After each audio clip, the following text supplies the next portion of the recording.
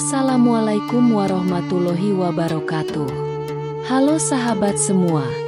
Hari ini, kita akan mendengar kisah luar biasa tentang salah satu sahabat Nabi yang kaya raya, tapi justru makin dermawan. Siap-siap terinspirasi. Mari kita mulai kisahnya. Abdurrahman bin Auf adalah pedagang sukses di Mekah. Lalu ia hijrah ke Madinah dan rela meninggalkan semua kekayaannya. Tidak ada rumah, tidak ada harta, bahkan bekal pun sangat sedikit. Tapi Abdurrahman tidak pernah mengeluh. Sampai di Madinah, ia meminta kepada kaum Ansyar untuk menunjukkan lokasi pasar. Tanpa bergantung pada belas kasihan, ia memulai dari bawah, berdagang apa saja yang halal.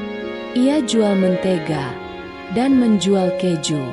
Dengan kerja keras, kejujuran, dan ketekunan, Allah bukakan pintu rezeki untuknya. Sedikit demi sedikit, dagangannya berkembang. Hari demi hari, Allah melimpahkan berkah. Sampai akhirnya ia kembali menjadi pedagang kaya.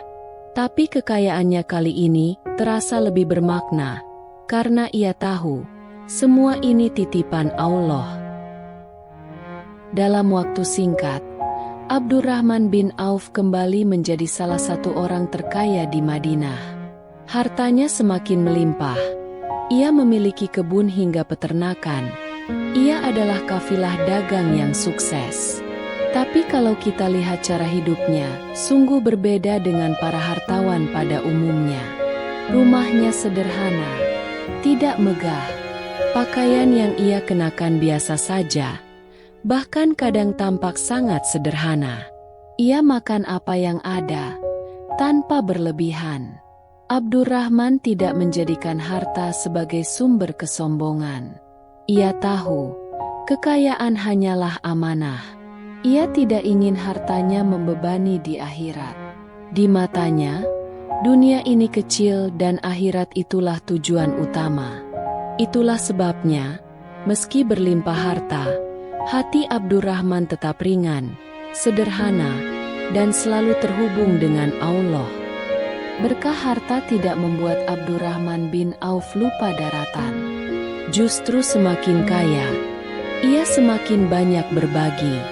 Saat Rasulullah Shallallahu Alaihi Wasallam mengajak kaum muslimin bersiap untuk perang Tabuk, perang yang sangat berat, Abdurrahman menyumbangkan 200 ukiah emas. Bayangkan, beratnya lebih dari 5 kilo emas. Dengan senyum, ia berikan hartanya tanpa ragu. Tidak hanya itu, ia membeli makanan dalam jumlah besar untuk dibagikan kepada para fakir miskin. Ia juga sering mengirim hadiah kepada istri-istri Nabi, sebagai bentuk cinta dan penghormatan. Satu kafilah dagang besar pernah datang membawa muatan penuh, dan mendapatkan untung besar. Tetapi apa yang didapatkan Abdurrahman? Ia segera membagikan seluruhnya di jalan Allah. Baginya, setiap harta yang ia keluarkan bukan berkurang, tapi justru bertambah dalam keberkahan. Bagi Abdurrahman bin Auf, harta bukanlah tujuan hidup. Harta hanyalah sarana atau alat untuk menolong sesama dalam memperjuangkan agama Allah dan mencari ridhonya. Ia tidak terikat dengan kekayaannya. Ia tahu, setiap dinar dan dirham yang ia miliki akan dimintai pertanggungjawaban. Karena itu, ia berusaha menghabiskan hartanya di jalan kebaikan. Ia membebaskan ratusan budak. Ia membiayai para mujahid yang berangkat berperang.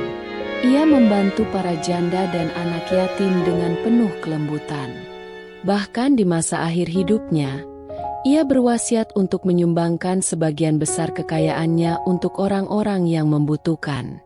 Harta bagi Abdurrahman bin Auf bukan sumber kemewahan pribadi, tapi kendaraan untuk menuju surga. Itulah rahasia keberkahan Abdurrahman bin Auf. Ia tidak menaruh dunia di hatinya tetapi hanya di tangannya. Dari kisah Abdurrahman bin Auf, kita belajar bahwa menjadi kaya itu bukanlah masalah, asalkan kita tahu kemana arah harta kita digunakan. Ia mengajarkan bahwa harta bisa menjadi jalan ke surga jika kita memanfaatkannya untuk kebaikan. Kekayaan bukan untuk dibanggakan, tapi untuk dititipkan kepada yang membutuhkan. Tidak semua orang diuji dengan kemiskinan, sebagian justru diuji dengan kekayaan. Dan Abdurrahman lulus dalam ujian itu dengan gemilang. Mari kita tiru semangat beliau. Tetap sederhana meski berlimpah, tetap rendah hati meski berkuasa, dan selalu menganggap dunia ini hanya sementara. Semoga Allah menjadikan kita orang-orang yang diberkahi rezekinya, dan mampu menjadikan harta sebagai jembatan menuju ridhonya. Amin. Semoga kisah ini membuat kita makin semangat menggunakan apapun yang kita punya untuk kebaikan. Jangan lupa, sebarkan kisah ini ke teman-temanmu juga, biar lebih banyak yang terinspirasi. Sampai jumpa di kisah-kisah berikutnya. Wassalamualaikum warahmatullahi wabarakatuh.